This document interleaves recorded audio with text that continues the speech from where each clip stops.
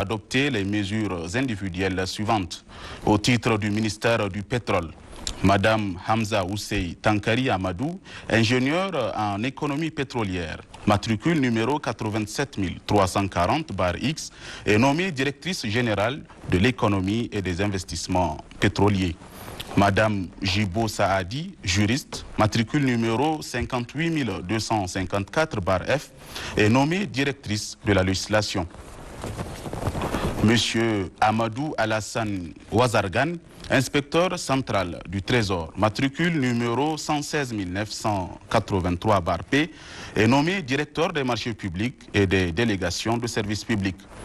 Monsieur Karimoun Mahaman, ingénieur statisticien économiste, matricule numéro 85 671-A, est nommé directeur des études, de la programmation et des statistiques. Madame Nana Mariama Souley-Sabo, directeur administratif, matricule numéro 87 325-Y, est nommée directrice des ressources humaines. Madame Issoufou Aïchatou Illo, titulaire d'un diplôme supérieur de l'Institut de formation aux techniques de l'information et de la communication IFTIC, est nommée directrice des archives, de la documentation et des relations du métis. Monsieur Ousmane Beido, magistrat 2e grade 3e échelon, matricule numéro 712-E, est nommé directeur général des affaires judiciaires et des sceaux en remplacement de monsieur Salissou Cheibou, appelé à d'autres fonctions. Monsieur Ilyassou Nahanki, ingénieur et statisticien, matricule numéro 111 011-C, est nommé directeur des études et de la programmation en remplacement de monsieur Moussa Saleh. Communication. Le Conseil des ministres a entendu 8 communications. Une communication du ministre relative au processus de négociation de la zone de libre-échange continentale africaine. Dans le cadre de la mise en œuvre du traité d'Abuja et de l'agenda 2063, les chefs d'État et de gouvernement de l'Union africaine ont décidé de la création d'une zone de libre-échange continentale africaine, ZLECAF. Le processus de négociation de la zone de libre-échange continentale africaine, lancé en 2015, est caractérisé par 2 phases majeures. La phase 1 qui concerne le commerce des marchandises, le commerce des services et le règlement des différends. La phase 2 qui porte sur les investissements, la propriété, la politique de la concurrence, le commerce par les femmes et les jeunes ainsi que le commerce numérique. Une communication du ministre des Transports sur la situation pluviométrique du 30 août au 5 septembre 2022 au Niger. Une communication du ministre de l'Action humanitaire et de la gestion des catastrophes relative à la situation des dégâts occasionnés par les inondations sur l'ensemble du pays. Au 12 septembre 2022, la situation se présente comme suit. 22 406 ménages sinistrés, 189 360 personnes sinistrées, 137 pertes en vies humaines, 20 339 maisons effondrées, 1142 cases effondrées, 116 gros ruminants décimés, 566 petits ruminants décimés, 53 classes effondrées, 210 greniers endommagés, 16 magasins endommagés, 914,94 hectares d'heures de culture endommagées, 5 cases de santé endommagées, 33 latrines endommagées, 14 tonnes de vivres perdus, 38 boutiques endommagées. Une communication du ministre de l'Agriculture sur la synthèse des missions ministérielles de suivi de l'installation de la campagne agro-silvopastorale et hydraulique 2022-2023. Sur instruction du président de la République, chef de l'État, des missions ministérielles de suivi de l'installation de la campagne agro-silvopastorale et hydraulique 2022-2023 ont été diligentées dans les 8 régions du pays du 20 juillet au 2 août 2022. Il ressort des conclusions de ces missions que l'État et ses partenaires ont assuré une bonne préparation de la campagne avec la mise en place à temps dans toutes les régions d'importants appuis en semences, en intrants zootechniques, en matériel et vivres aux populations pour entreprendre les travaux champêtres. Une communication du ministre de l'Emploi, du Travail et de la Protection sociale relative à la politique nationale de la protection sociale. Une communication du ministre de la Santé publique, de la Population et des Affaires sociales relative à l'attribution des marchés par entente directe sans mise en concurrence pour l'achat d'intrants nutritifs, la direction de la nutrition. Deux communications du ministre du Plan. La première communication relative des marchés pour l'assistance technique sur la composante, renforcement des capacités des collectivités territoriales.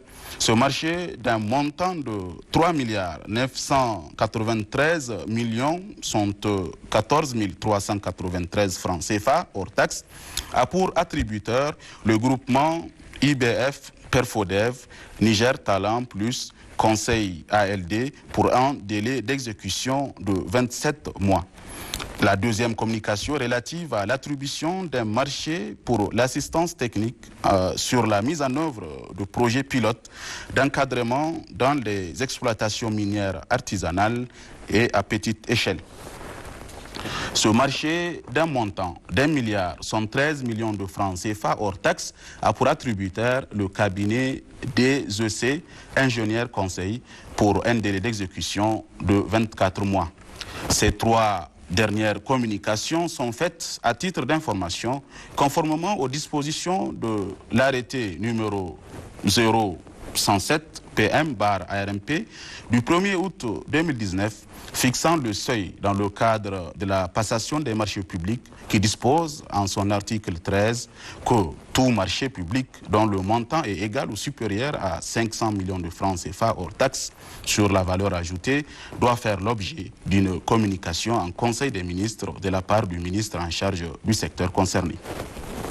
Oui, merci Mamoudou Idrissa Maïga. La suite de ce journal. En fin de séjour dans notre pays, l'ambassadeur de France au Niger a été reçu en audience par le président de l'Assemblée nationale, Seni Oumarou. Alexandre Garcia est allé faire ses adieux au président du Parlement nigérien, Kadidiatou Tchimbakolo Ousmane Saniab.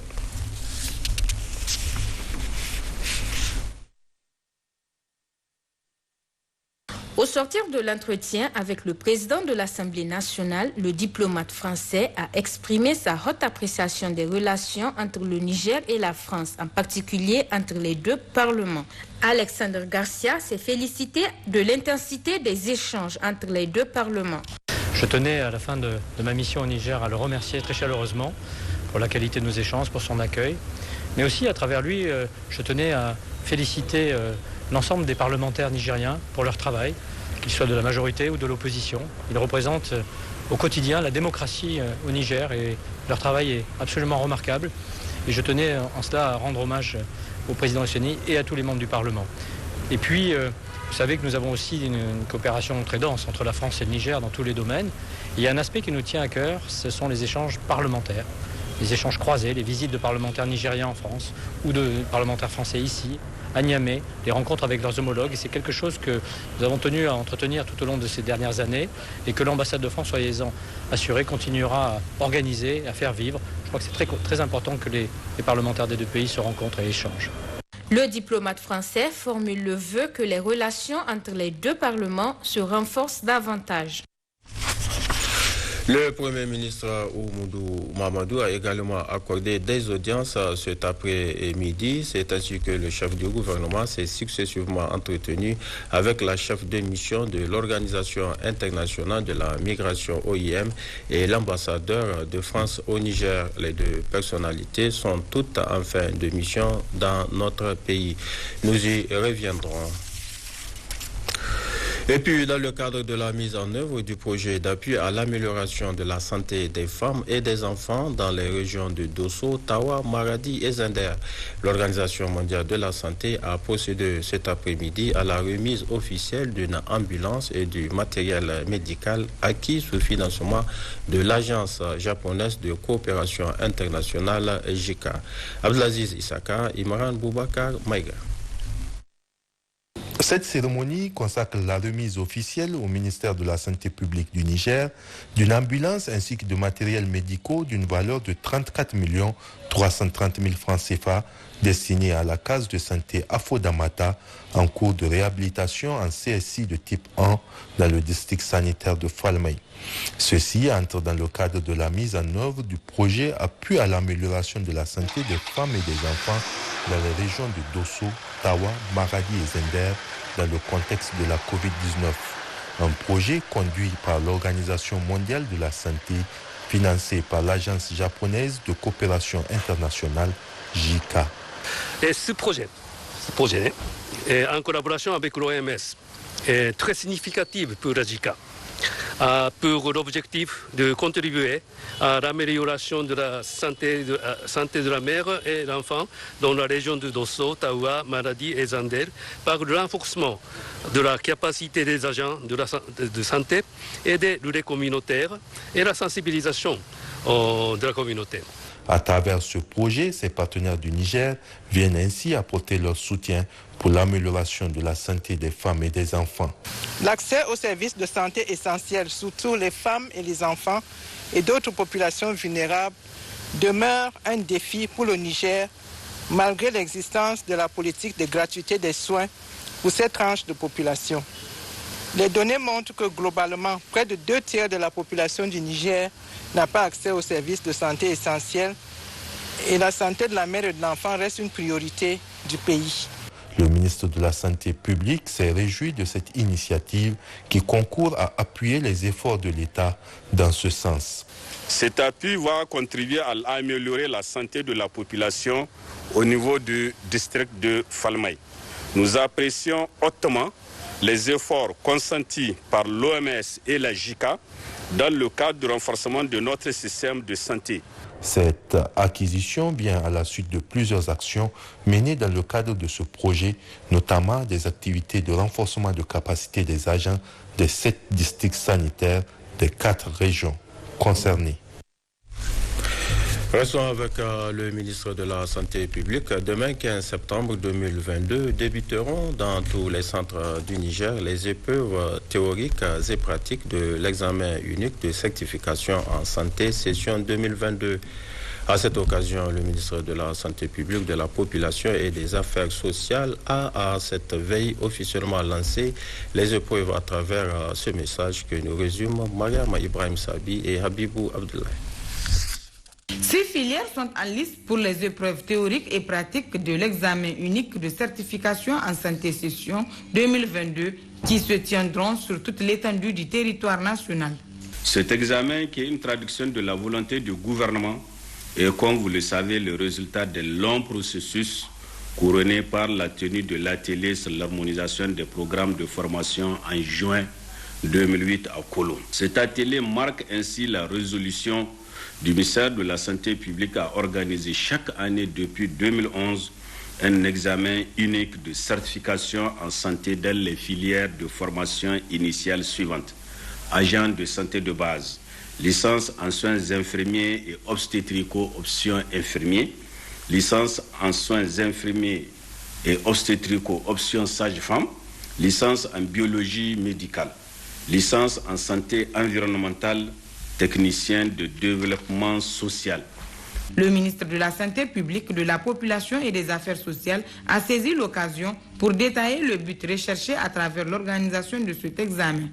Le but poursuivi par mon département ministériel à travers l'organisation de cet examen est de garantir de l'espace CEDEAO en général et au Niger en particulier une meilleure santé à nos populations en mettant ainsi l'accent sur l'offre de soins de qualité par un personnel compétent et motivé et surtout mieux formé. Dans le cadre de la mise en œuvre des plans de développement sanitaire successifs et du plan de développement des ressources humaines, le ministère de la Santé publique avait mis en œuvre plusieurs réformes visant à améliorer la gestion des ressources humaines. Parmi ces réformes figure en bonne place l'organisation d'un examen unique de certification pour toutes les écoles de formation, aussi bien publiques que privées. Notre pays compte actuellement une 50aine d'écoles et instituts de formation en santé répartis dans toutes les régions du pays.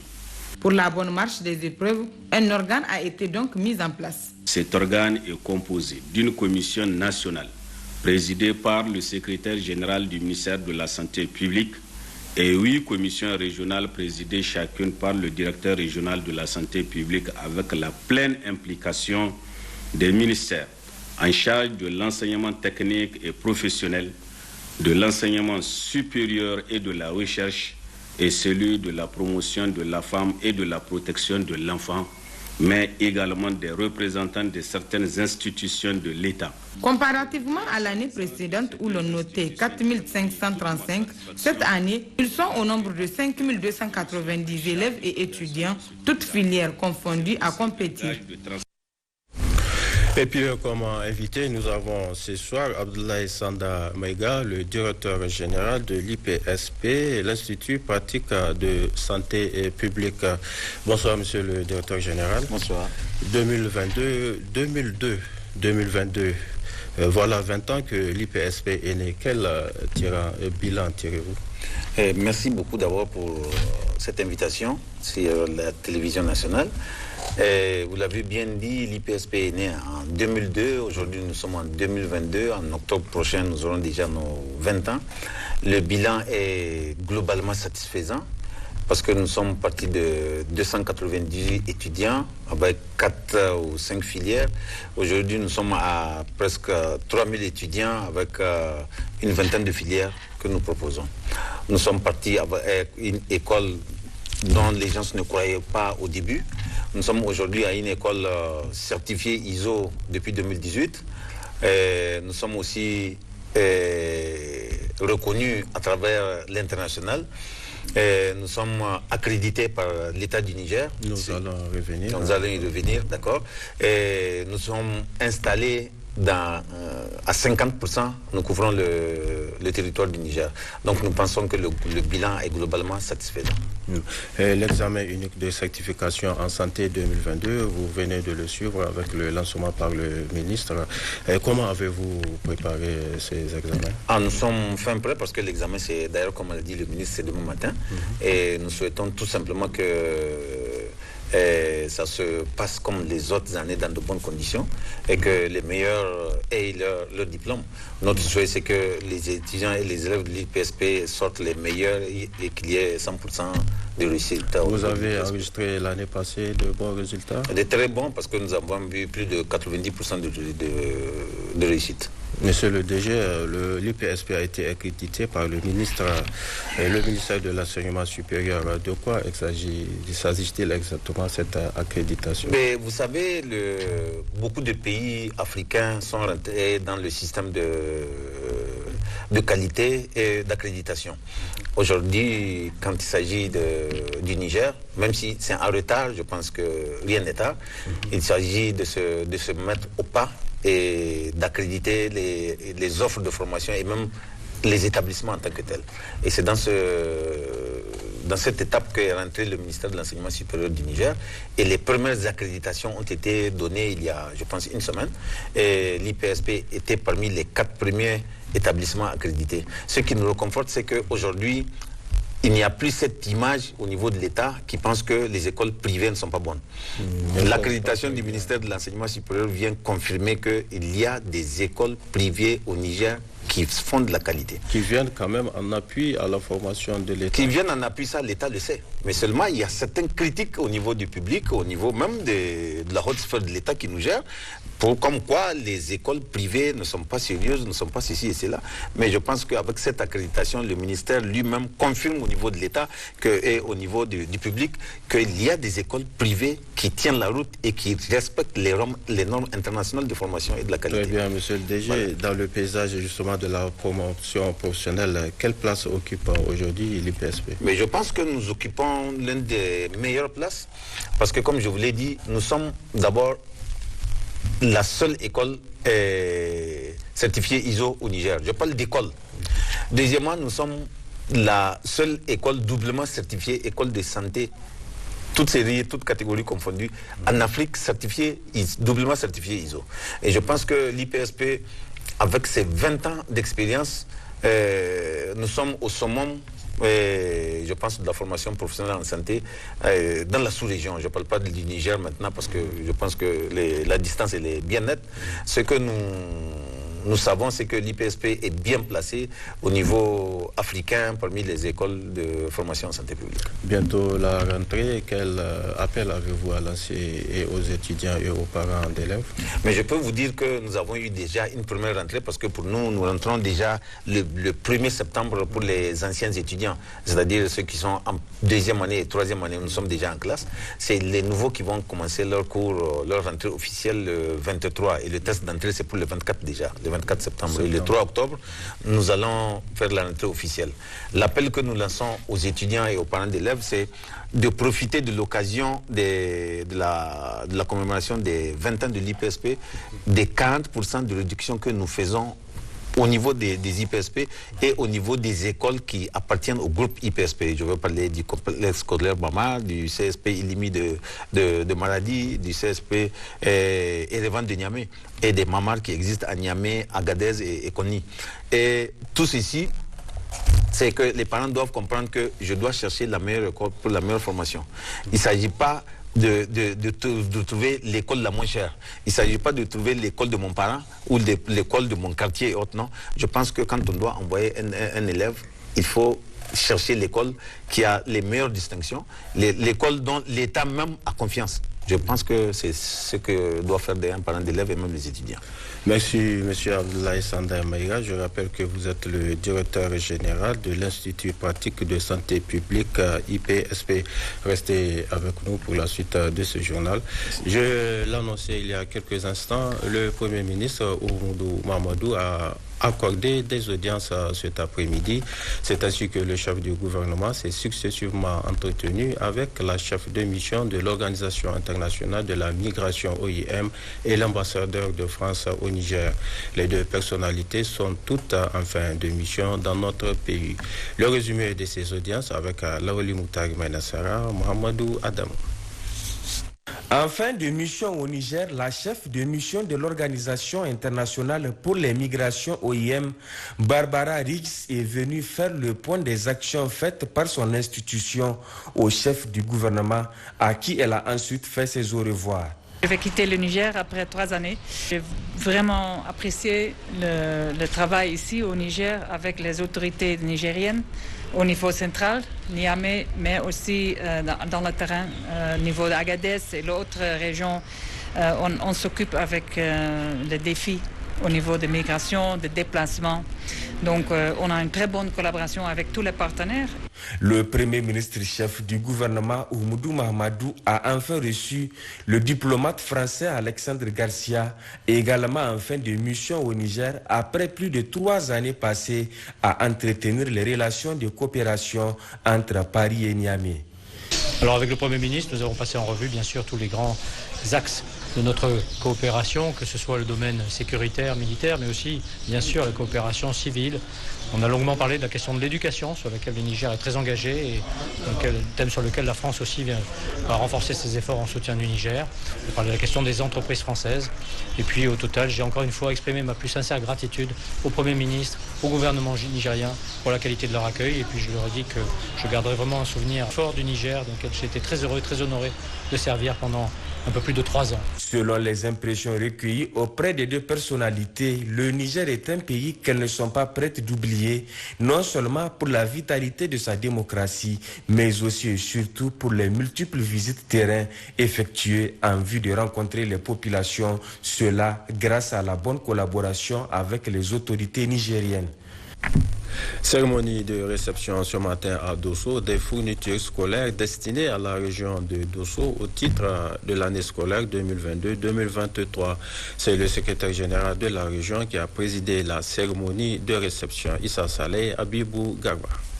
Chargés de fournitures scolaires, toutes catégories confondues, viennent d'être réceptionnés par le secrétaire général de la région de Dosso, M. Soumana Karimoun, en présence des responsables régionaux de l'éducation nationale. Il se souviendra que le 12 septembre dernier, le ministre de l'Éducation nationale a organisé une grande action des fournitures scolaires, environ 1240 tonnes, en direction de 8 régions du pays.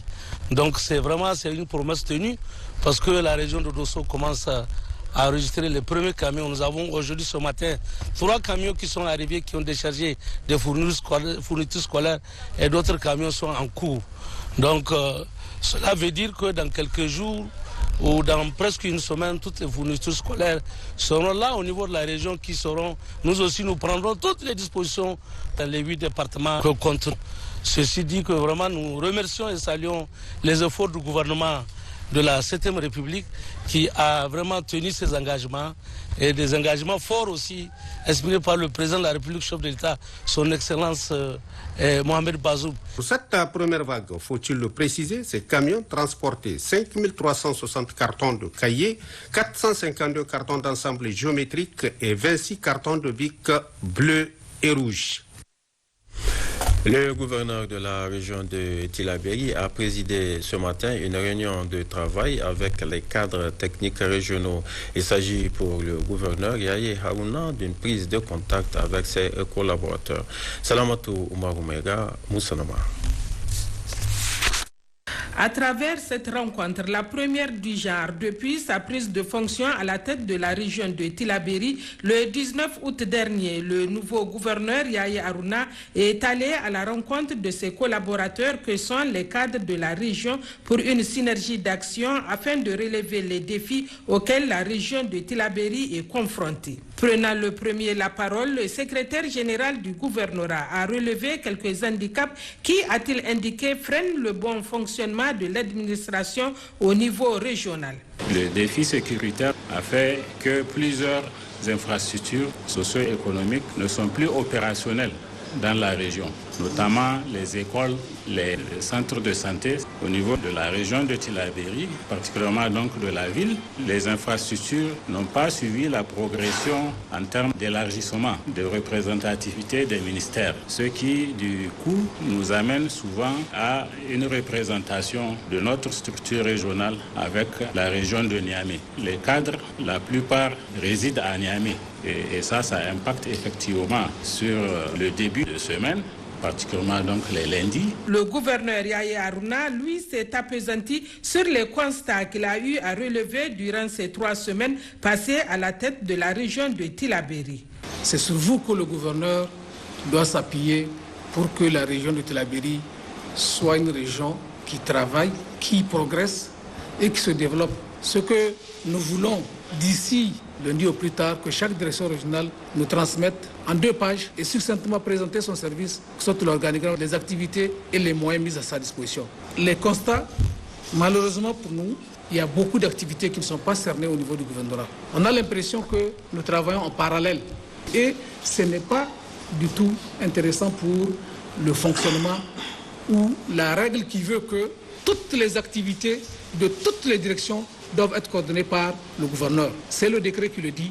Le gouverneur de la région Yahya Harouna a exhorté les responsables régionaux de Tillabéri à un changement de comportement afin que les résultats attendus soient atteints. Du sport, et c'est pour clore cette édition, la Ligue régionale de karaté d'Agadez a tenu son assemblée générale élective. Donc cette AG s'était passée en présence de plusieurs invités. Argabita Asadek. Ils sont 11 membres nouvellement élus par leur père à l'issue des travaux de l'Assemblée générale de la Ligue régionale de karaté.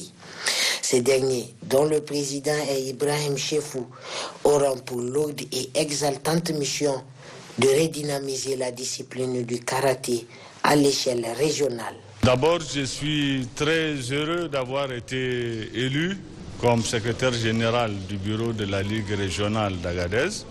Et je suis aussi très heureux de faire partie de cette équipe qui doit se donner les moyens de redynamiser la pratique du karaté dans les différentes localités de la région d'Agadez afin d'être au diapason des autres régions et aussi de pouvoir peut-être rêver un jour de voir des jeunes de la région d'Agadez représenter et défendre les couleurs du Niger à l'international. Pour sa part, le secrétaire général de la Fédération nigérienne de karaté a aussi tenu ses propos. Il faut vraiment une ligue dynamique.